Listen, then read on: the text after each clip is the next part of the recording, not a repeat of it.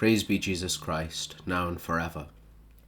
Before I start this week's Nugget, I'd just like to alert you to a wonderful event that's happening on October the 21st in Clinton, Massachusetts. We just, as you know, put the second shrine in the world for Mary, Mother of Persecuted Christians in London. We'll be putting the third in the Church of St. John the Evangelist in the presence of the Bishop of Worcester, Mass, who will be blessing the icon, but also it will be the world premiere of the first Mass ever written for persecuted Christians, an entirely sung Mass by the Catholic composer Paul Jernberg. So if you're in the area, please come, but also keep a lookout for more information.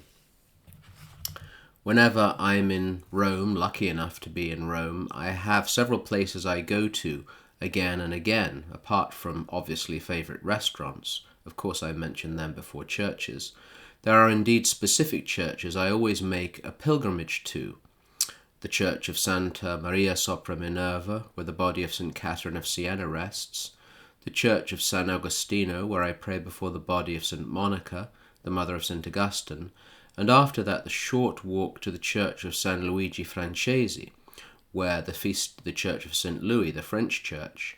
Apart from being baptized on the feast day of St. Louis, there's a particular reason why I always go to that church. In one of the side chapels is the extraordinary painting by Caravaggio of the Call of St. Matthew. I wrote a couple of years ago briefly about St. Matthew's call, comparing it with the call of the prophet Jonah. However, in this nugget, I want to focus completely on the call of St. Matthew, formerly Levi, the tax collector, and the marvellous homily preached in the painting by Caravaggio. Ideally, when one enters the church, one of the other tourists has already popped the €1 coin in the machine which lights up the picture. Otherwise, one's forced to invest for a proper look. Without being over-pious, it is truly a moment of contemplation. Not just staring at a magnificent piece of art, but as stated, letting the picture preach. Christ in the doorway points to Levi, calling him. Many have claimed the man in the picture pointing to himself is Levi Matthew. I think he's just saying, as many of us would in a group, "Do you mean me?" However, I'm not alone in believing it's actually the man at the desk with his head down, unwilling or unable to lift his head from the pile of coins in front of him. To me, this makes perfect sense. Why would it not be Matthew who is at the tax collector's desk? The homily in paint, so powerful, suggests that if for a moment Matthew raises his eyes and looks into the eyes of the one who is calling him, he will be lost, or rather, he will be found. Christ utters the simple words he used and uses to call so many of his disciples, "Follow me." We know Levi Matthew did raise his eyes, looked, and was captured. But what of those moments before? The profound lesson is that all of us, at one point or another, prefer to keep our eyes down, focused on whatever we feel gives us satisfaction. But it is always passing, always illusory, and never, in fact, truly satisfying. Pope Benedict, in one of his powerful meditations, writes, "In a word, we think that evil is basically good.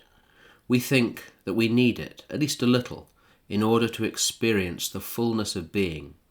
We think that a little bargaining with evil, keeping for oneself a little freedom against God, is basically a good thing, perhaps even necessary."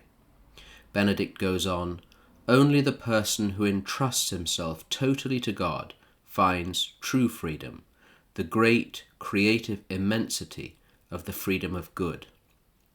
So much of our sin is that, the illusory promise of a false freedom or temporary fulfillment, but it is not freedom. More often it ends up as slavery. Matthew discovered that, returning the look of Christ, hearing and answer his call, brought a peace and joy the world could never give, and riches greater than any he could collect on his table. It is for us to learn the same. Brethren, rejoice, be perfected, be comforted, be of the same mind, be at peace. and the God of peace and love will be with you.